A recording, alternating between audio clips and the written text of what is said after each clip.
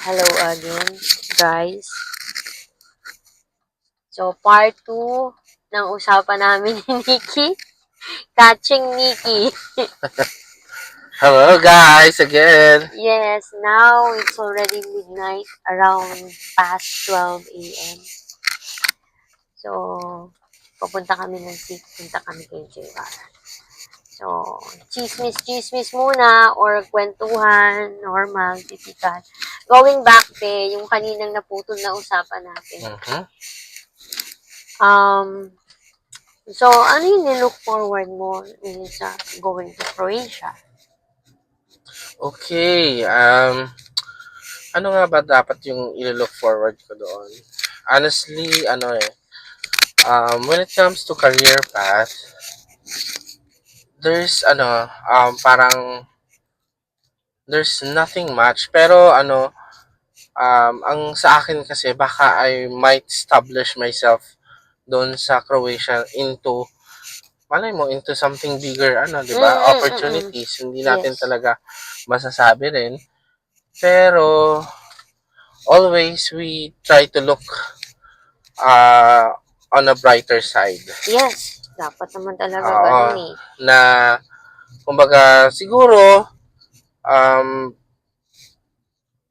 few years in the future is that 'di ba, parang maging established din ako doon, and then later on na makapag business ako doon, 'di ba? So hindi natin masasabi, but yun yung mga tinatry kong possibilities naman na pwede kong i-establish doon sa Croatia na hindi ko nagawa dito sa Bahrain. So siguro yun, and also one thing is rin siguro to expand the kingdom of the Lord na hindi rin natin masasabi, 'di ba? Kasi kung ano yung mga natutunan natin dito from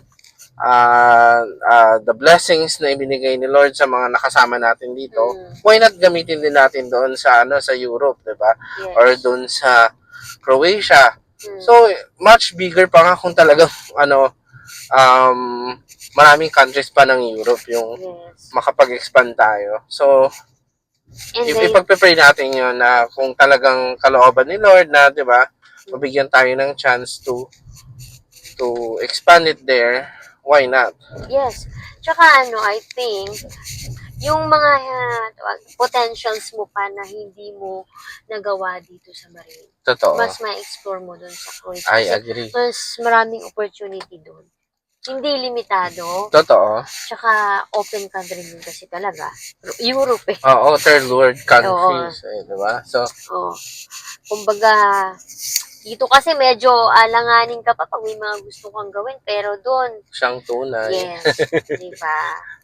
So, basta, kagaya ng sabi ko, antayin ko rin yung mga vlogs mo sa mga iba't ibang places. Oh, yes. Totoo naman yan. Siguro, pero alam mo, ang isang nilook forward ko, baka malay mo, doon ko mahanap yung yung mapapag-asawa ko. Ayan ang talagang i-priority mo ngayon, Be. Kasi you tried your best naman dito sa Bahrain, pero, well, hindi naman lahat kasi, di ba? Pero now, doon sa Croatia, maraming klase doon. Totoo.